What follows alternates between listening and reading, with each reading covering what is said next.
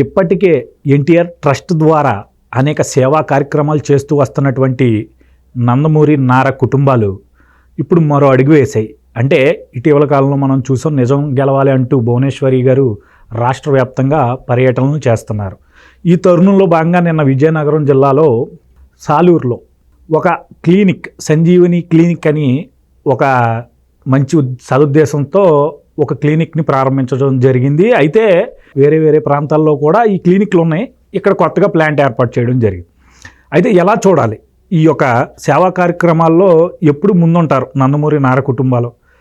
ఈరోజు జగన్మోహన్ రెడ్డి గారు వాళ్ళ ఫ్యామిలీ సైడ్ నుంచి చూసినప్పుడు అసలు మనకి ఎక్కడ ఒక సేవా కార్యక్రమం చేసినట్టు కానీ, కనీసం ఒక యాపిల్కాయ ఇచ్చినట్టు కానీ కూడా ఎక్కడా తెలియదు మనకి.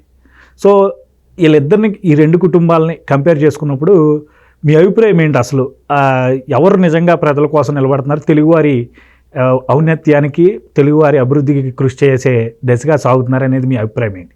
చంద్రబాబు నాయుడు గారు, జగన్మోహన్ రెడ్డి గారు రాజకీయ నాయకులుగా, రెండు రాజకీయ పక్షాలకు అధ్యక్షులుగా వారి రాజకీయ విధానాలు వేరు. కానీ వారి జీవితంలో వారి సహధర్మచారులుగా కొనసాగుతున్న గృహిణులు.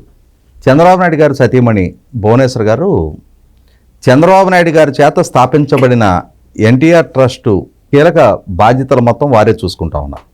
ఈరోజు వారికి ఉన్న హెరిటేజ్ సంస్థల సిఎస్ఆర్ నిధులు అంటారు, కార్పొరేట్ సోషల్ రెస్పాన్సిబిలిటీ నిధులతోటి ఎన్టీఆర్ ట్రస్ట్ నిర్వహణ చేస్తూ, అదే సందర్భంలో ఎన్టీఆర్ ట్రస్ట్ పట్ల నమ్మకంతో ఎవరైనా బయట వ్యక్తులు విరాళాలు ఇస్తే ఆ విరాళాలతోటి సామాజిక సేవా కార్యక్రమాలు చేస్తూ ఉన్నారు.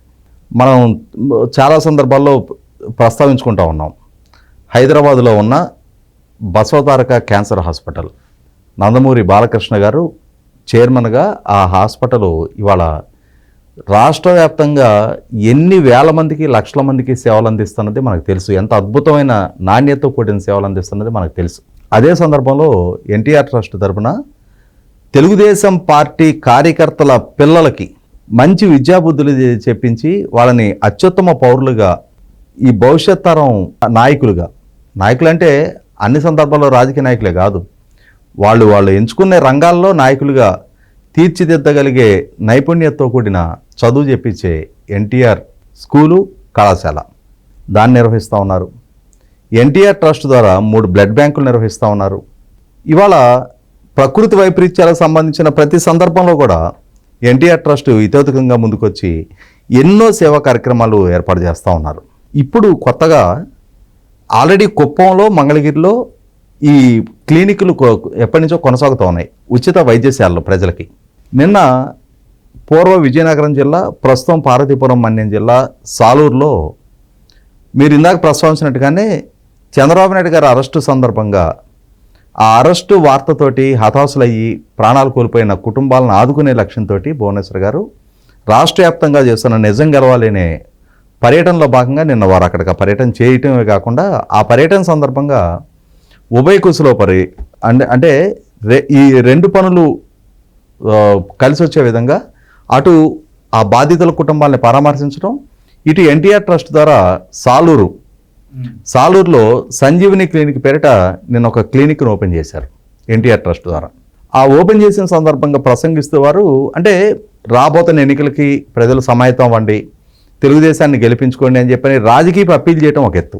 కానీ ఎన్టీఆర్ ట్రస్ట్ చేస్తున్న సేవా కార్యక్రమాలను వివరించి చెప్పిన తర్వాత ఎవరికైనా కూడా ఇంతటి సేవానిరత ప్రదర్శిస్తున్న, అంతటి అద్భుతమైన ట్రస్ట్కి మార్గదర్శనం వహిస్తున్న భువనేశ్వర్ గారికి సెల్యూట్ చేయాలనిపిస్తుంది.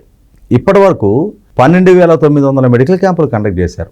19.43 లక్షల మంది ప్రజలకి 20 కోట్ల రూపాయల మందులే ఇచ్చారు ఎన్టీఆర్ ట్రస్ట్ ద్వారా ఉచితంగా. మరి 3 బ్లడ్ బ్యాంకులు కండక్ట్ చేస్తూ ఉన్నారు. దాదాపుగా ఇప్పటికి 8 లక్షల యూనిట్ల బ్లడ్ ఈ బ్లడ్ బ్యాంకుల ద్వారా రాష్ట్ర వ్యాప్తంగా ప్రజలకు అందించడం జరిగింది. అంటే ఇవాళ రక్తదానం అని అంటే ఒక ప్రాణాన్ని కాపాడినట్టే, ప్రాణదానంతో సమానం. రక్తం సక్రమంగా సకాలంలో అందక ప్రాణాలు కోల్పోయిన ప్రజలు చాలామంది ఉన్నారు. అటువంటిది వాళ్ళ ఎన్టీఆర్ ట్రస్ట్ ద్వారా 8 లక్షల యూనిట్ల బ్లడ్ ఇవాళ అవసరంలో ఉన్న ప్రజలకి, రోగులకి అందజేయటం అనంటే 100కి 100 చాలా అద్భుతంగా శ్లాఘించదగ్గ సేవా కార్యక్రమాలు ఇవన్నీ కూడా. ఇంతటి అద్భుత సేవా కార్యక్రమాలు చేస్తున్నారు. పోనీ వాళ్ళు ఏమన్నా భువనేశ్వర్ గారు కానీ బ్రాహ్మణి గారు కానీ మా వైపు నుంచి మీకు ఇంత సేవా కార్యక్రమాలు చేస్తున్నాం కాబట్టి మీరు మాకు రిటర్న్గా ఏమైనా ఇవ్వమని చెప్పని ఆశిస్తున్నారా? నిస్వార్థంగా వాళ్ళ టైము, వాళ్ళ ఎనర్జీ, వాళ్ళ రిసోర్సెస్ ఖర్చు పెట్టి ఇంతటి సేవా నిరతి ప్రదర్శిస్తూ ఉన్నారు. ఇప్పుడు మీరు ఇందాక ప్రస్తావించినట్టుగానే మరి ఖచ్చితంగా ఈ సందర్భంలో పోల్చి చూసుకోవాల్సి వస్తుంది కదా.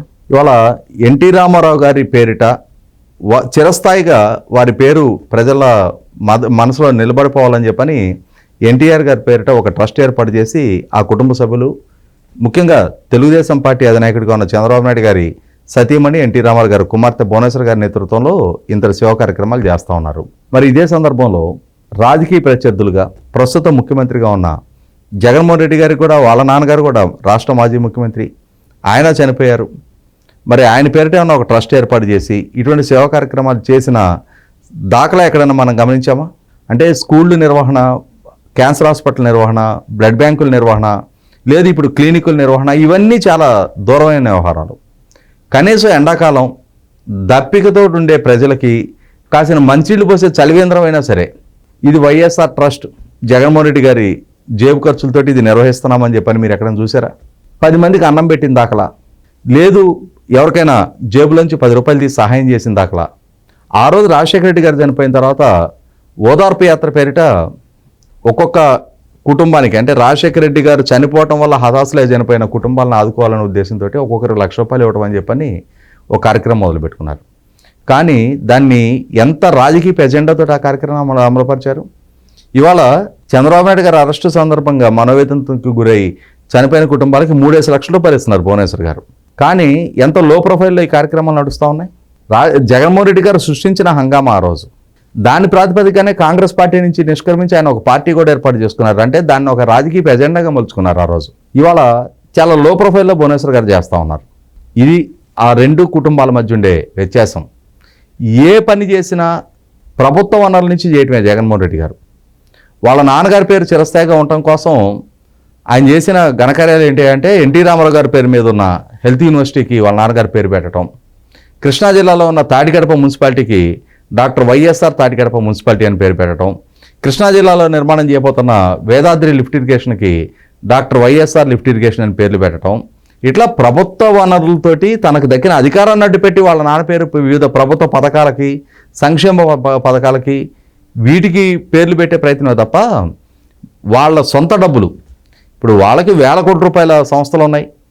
ఇవాళ చంద్రబాబు నాయుడు గారి హెరిటేజ్ సంస్థలని 10 సార్లు కొనగలిగే అంతటి సంపద జగన్మోహన్ రెడ్డి గారి దగ్గర ఉంది. వాళ్ళకున్న వ్యాపార సంస్థలు కానీ, వాళ్ళకున్న ఆస్తులు కానీ, వాళ్ళకున్న ప్యాలెస్లు కానీ, వాళ్ళ విలాసాలు, వాళ్ళ వైభోగాలు పోల్చి చూస్తే చంద్రబాబు నాయుడు గారు కానీ, చంద్రబాబు నాయుడు గారి కుటుంబ సభ్యులు కానీ ఏ మూలకు పనికిరారు ఆర్థిక బలం ముందు. అయినా సరే ఎందుకని ఆ సేవానిరత ప్రదర్శించగలిగే అంటే ఆ దృక్పథం జగన్మోహన్ రెడ్డి గారి దగ్గర ఎక్కడ కనపడదు మనకి. జగన్మోహన్ రెడ్డి గారి దగ్గర ఉన్నదల్లా ఒకటే, ఏదైనా ఇన్కమింగే, నో అవుట్ గోయింగ్. డబ్బు సంపద మొత్తం ఇన్కమింగ్ ఏ రూపంగా అయినా సరే. అంతేగాని ప్రజల కోసము, ప్రజల సంక్షేమం కోసము సేవానిరతి ప్రదర్శించి ఒక ట్రస్ట్ ద్వారానో ఏదో 10 మందికి పేదలకు సహాయం చేయటమో, ఒక బ్లడ్ బ్యాంక్ నిర్వహణ లాంటి కష్టంలో ఉన్న పేషెంట్లను ఆదుకునే రక్షణతోటో ఇటువంటి సేవానిరతి ప్రదర్శించే ఒక్క కార్యక్రమం కూడా ఇప్పటిదాకా జగన్మోహన్ రెడ్డి గారి వైపు నుంచి కానీ, వాళ్ళ శ్రేణుల వైపు నుంచి కానీ ఆ చొరవ చూపిన దాఖలానే లేదు. అట్లాగే జగన్మోహన్ రెడ్డి గారి సతీమణి భారతి గారు కూడా, జగన్మోహన్ రెడ్డి గారు ఎన్నికల్లో నెగ్గిన పక్షంలో ఇంట్లో ఎంతమంది పిల్లలు ఉంటే అంతమందికి అమ్మఒడి ఇస్తారు అని చెప్పని ఎన్నికల ముందు వాగ్దానం చేశారు. కానీ జగన్మోహన్ రెడ్డి గారు ముఖ్యమంత్రిగా ఉండగా మహిళలకి మద్యపాన నిషేధం చేస్తానని వాగ్దానం చేసి వాళ్ళు చేయకున్నా కూడా ఆమె అయ్యేం పట్టించుకోవట్లేదు. కానీ ఆమె ఆధ్వర్యంలో, ఆమె యాజమాన్యంలో ఉన్న సంస్థలకి ప్రభుత్వ వనరులని ₹100,00,00,000 లూటీ చేసుకుంటున్నారు. ఇవాళ సాక్షి పేపరు వాలంటీర్ల ద్వారా 2,60,000 మంది వాలంటీర్లకి నెలకి ₹200 ప్రభుత్వ ధనాన్ని ఇచ్చి సాక్షి పేపర్ కొనిచ్చుకుంటున్నారు. ₹100,00,00,000 యాడ్స్ ప్రభుత్వం నుంచి సాక్షి పేపర్కి, సాక్షి టీవీకి ఇప్పించుకుంటున్నారు. అంటే ప్రజలు కట్టిన పన్నుల నుంచి సాక్షికి ఆదాయం రప్పించుకుంటున్నారు తప్ప ప్రజలకు మాత్రం కనీసం ₹1 కూడా ఎక్కడ ఖర్చు పెట్టిన దాఖలానే లేదు. ఇది అటు ఎన్టీఆర్ కుటుంబానికి, నారా కుటుంబానికి, ఇటు జగన్మోహన్ రెడ్డి గారికి, రాజశేఖర రెడ్డి గారి కుటుంబానికి మధ్య ఉన్న వ్యత్యాసం.